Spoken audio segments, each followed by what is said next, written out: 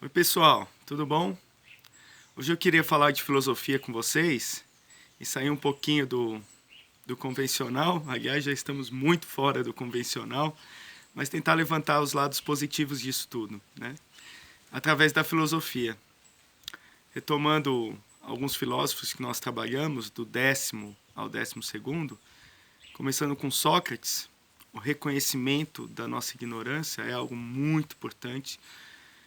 E é algo muito esperançoso, porque uma vez que não sabemos de nada, só sei que nada sei, isso é importante porque nos levanta a importância de que sempre há algo novo para aprender, sempre há algo que a gente ainda não sabe. Isso é muito bom, porque dá alguma coisa para nos procurar, para querer saber mais. E continuando, falamos um pouco sobre Platão, e, e o Platão tem vários assuntos muito interessantes.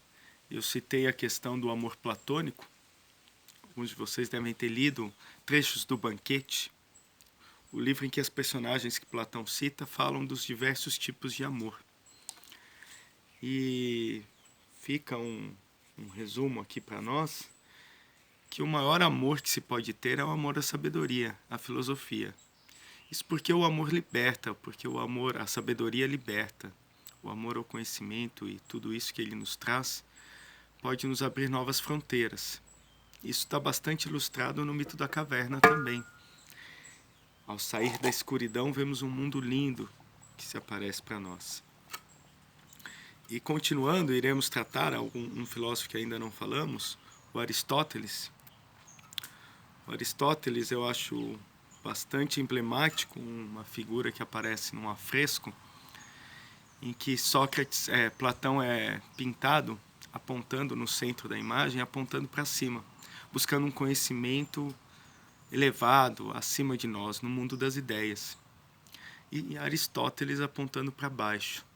Aristóteles é muito importante na história da filosofia porque coloca a importância do conhecimento na física, no mundo natural, que é possível aprender sim com a natureza, é possível construir conhecimento sim a partir da natureza, através do entendimento, do movimento das coisas na natureza, retomando a origem da palavra física, physis, a noção de brotar, de movimento. É possível entender na natureza, classificando e organizando esse movimento da natureza. Continuando, eu queria falar também sobre um pouco na filosofia moderna, do Descartes, que nós também falamos. Descartes traz a importância do método, desculpem. O método da dúvida, que através de um método é possível chegar a um conhecimento bastante firme. Aqui nesse caso, nesse forninho de pizza, que eu vou mais tarde falar para vocês, explicar, existe um método, que é colocar contra o centro de onde você vai fazer e usar uma cordinha para delimitar o raio. Essa cordinha também nos ajuda a definir a inclinação do tijolinho que eu estou usando. Tijolinho que eu fiz com a minha filha. Também vou falar a importância de trabalharmos em família. Mas no Descartes também tem algo muito bacana, que ele fala sobre o bom senso. E nesse caso aqui eu perdi o método e estou usando só o bom senso. Mas o bom senso é uma arma, um conhecimento, como o próprio Descartes fala, natural em todos os homens. E muito também, e pode muito nos trazer o conhecimento também. Então eu estou usando o bom senso ao invés da cordinha.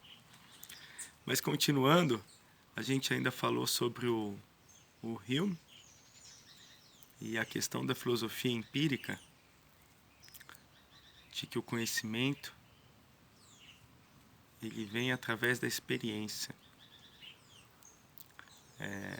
Aqui vale uma crítica, que eu acho que é proveitosa para o momento, que mais tarde, na filosofia contemporânea, aparece um filósofo que eu gosto bastante, Michel Foucault. Ele vai criticar muito esse modelo modernista, principalmente no que diz respeito à disciplinarização. Essa ideia de que o ser humano pode ser moldado como um vaso em branco levou diversos homens a querer moldar o ser humano, em diversos governos e momentos da história. Foucault faz um estudo tanto nas escolas como de hospitais psiquiátricos e também do sistema carcerário. E como se utilizou toda a tecnologia e ciência para buscar a disciplinarização do homem, a normatização do homem. Então esse momento é bacana porque a gente sai do que o Foucault descreve como panóptico, aquele ambiente que favorece a disciplina, e agora a gente estuda em casa. E isso pode ser interessante. E continuando, ainda na filosofia moderna, a gente tratou do Rousseau e da questão da escravidão. Aqui também o conhecimento se mostra válido, porque Rousseau diz que, retomando Aristóteles, inclusive, que acreditava que existiam homens para comandar e homens para ser comandados, Rousseau coloca que o Aristóteles estava certo, mas toma o efeito pela causa. Como assim? Ele busca estudar só o escravo, na condição de escravo. Mas por que ele está escravo e por que ele se coloca na condição de escravo? O Rousseau diz que o homem tudo perde em seus grilhões, inclusive o desejo de se livrar deles. Essa passagem maravilhosa, porque ele se acostuma à escravidão, se acostuma à caverna. E todo homem que nasce para escravo, vive para escravo. Na verdade, o que o Rousseau quer dizer nessa passagem é que o homem foi feito escravo à força. Mais uma vez citando ele, os primeiros escravos foram feitos à força. A força constituiu os primeiros escravos e a covardia os perpetuou. Nesse momento da covardia também remete à importância do conhecimento. O conhecimento sobre a nossa natureza livre, sobre a importância da nossa natureza livre, ele é fundamental. Mais uma vez, o conhecimento como ideia de que liberta a gente. Ainda com o Rousseau, e agora lembrando do Aristóteles, que dizia que o homem é um animal político por natureza, esse lado da cidade, esse lado do homem social, Foucault ele é chamado, dentre alguns filósofos da época, iluministas, como contratualista. Isso quer dizer que ele acredita que nós escolhemos viver em sociedade e firmamos uma espécie de contrato com a mesma, a fim de, mesmo que alienando certa parte da nossa liberdade, a fim de buscar uma vida mais tranquila e pacífica. Em diversos contratualistas, vocês vão ver, o John Locke e entre outros, Thomas Hobbes, Rousseau coloca essa questão. E acho que agora é um momento, na questão da pandemia, que também nos faz pensar um pouquinho sobre essa questão do contrato social e a importância que nós tenhamos consciência de que a gente escolheu viver em sociedade. E a nossa escolha de ficarmos em casa é uma escolha que respeita esse contrato social. Muito interessante. E por fim, citando alguns filósofos que nós falamos na filosofia contemporânea, a começar do Nietzsche, que nós falamos, e a sua grande crítica à sociedade moderna, e o quanto o homem estava doente, um momento também oportuno para se refletir sobre os hábitos do homem nos dias de hoje. E Nietzsche coloca sobre a questão do justo, injusto e do que é verdade, o conhecimento, né? E que essa é uma criação humana. Isso eu acho bastante proveitoso, principalmente quando vamos falar da filosofia existencialista, que depois do Nietzsche coloca que nós podemos entender a verdade, já que a verdade é construída pelo próprio homem, esse tem a liberdade de construí-la da maneira que lhe convém. Quero retomar agora Descartes com Penso Logo Existo. O Sartre, ao contrário de Descartes, coloca que a alma não é inata e de que primeiro não vem o pensamento e depois a existência. Entendendo o pensamento, então, como algo inato. Na verdade, o Sartre vai colocar que primeiro vem a existência, depois vem a essência. Isso quer dizer que a nossa essência é feita conforme nós achemos melhor. Somos livres para definir nossa vida e tudo que nos convém. Não é algo dado, pronto e acabado. A Simone de Beauvoir coloca muito bem numa frase em relação à mulher, e a crítica também à posição da mulher na sociedade moderna, em que a mulher não nasce mulher, a mulher torna-se mulher, no sentido de que a mulher também tem o livre, aliás, todo ser humano, de escolher como quer ser e o que quiser ser. Sartre tem um texto maravilhoso que eu quero disponibilizar para vocês, chama-se O Existencialismo é o Humanismo. Nesse texto, Sartre fala de 3 sensações comuns ao existencialista, talvez uma crise existencial, em que ele fala que o primeiro momento da liberdade de podermos nos definir é o desespero. Desespero por às vezes não saber por onde começar, desespero por haver tanta liberdade e não sabemos, não podemos responsabilizar ninguém, porque somos livres, afinal de contas. Não podemos responsabilizar nem Deus, nem os pais, nem a sociedade em geral. Inclusive o próprio escravo, como Rousseau coloca, ele também tem a oportunidade de se rebelar. Ele também tem essa escolha, ainda que diante de muito sofrimento. Bom, mas diante desse desespero aparece o desamparo, por estarmos sozinhos nessas escolhas. E por fim, uma vez que tomemos escolhas, nós, segundo Sartre, dizemos que essas escolhas podem ser feitas por qualquer um. Então nós somos um legislador de nós e do mundo inteiro. Cada escolha que nós fazemos, o outro ser humano também a pode fazer.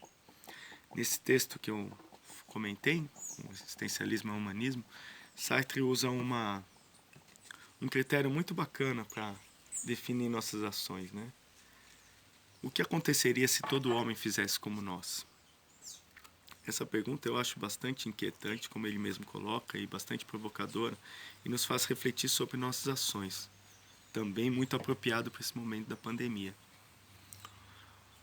E se todo homem fizesse como nós? E essa sensação nos traz, por fim, a última sensação que ele comenta, que é a sensação de angústia. Angústia por nos sentirmos responsáveis, não só por nós, mas pelo mundo inteiro. E esse é um sentimento que eu acho também bastante evidente no momento atual. Que nos sentimos responsáveis não só por nós, mas por toda a humanidade. A pandemia agora é um problema mundial. Isso nos traz muita crise existencial e outras assim.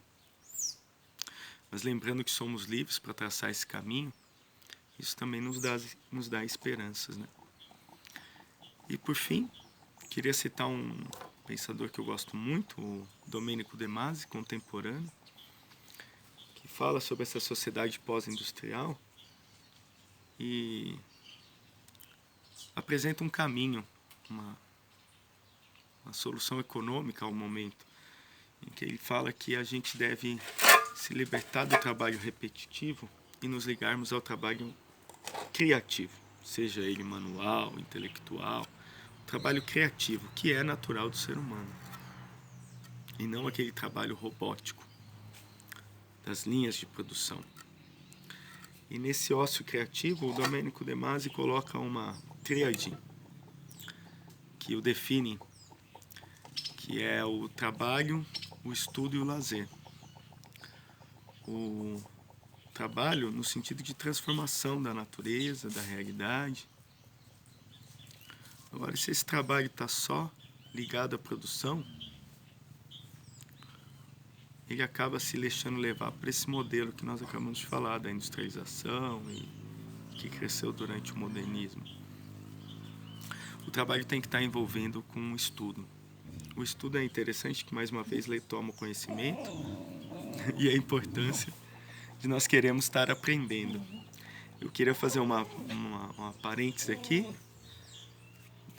que até eu acho que o Foucault não comenta, porque ele fica sempre voltado ao lado das instituições, o objetivo das instituições, sejam escolares, psiquiátricas ou carcerárias, em como se faz o conhecimento, como se produz o conhecimento através do interno, do estudante.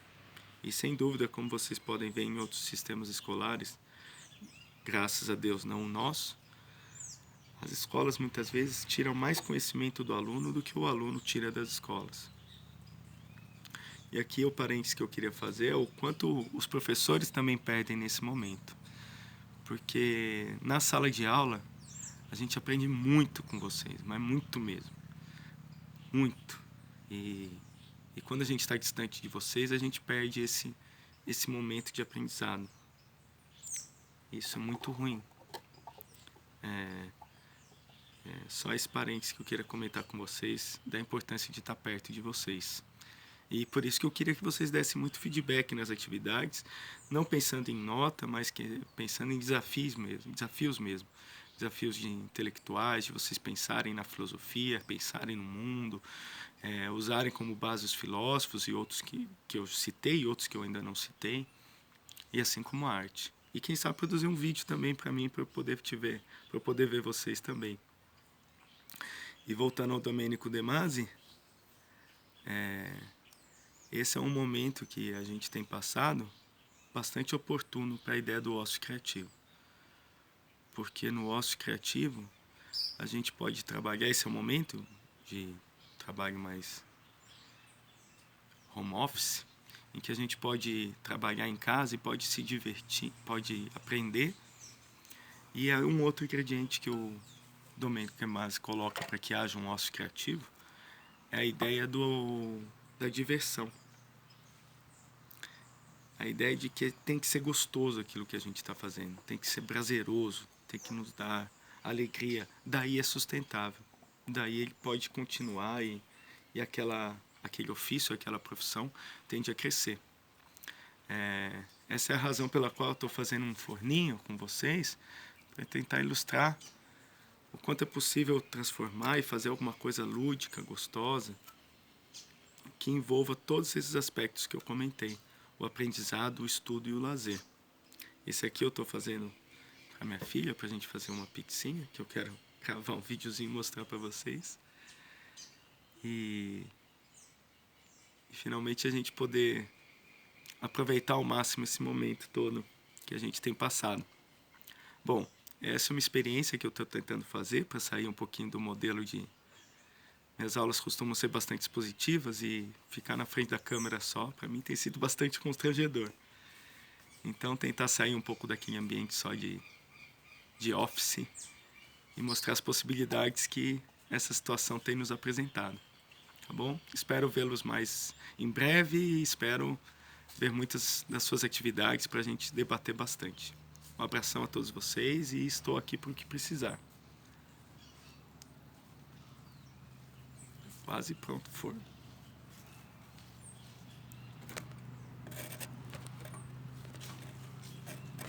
Vai, apaga, pause. A mão tá de barro, por isso.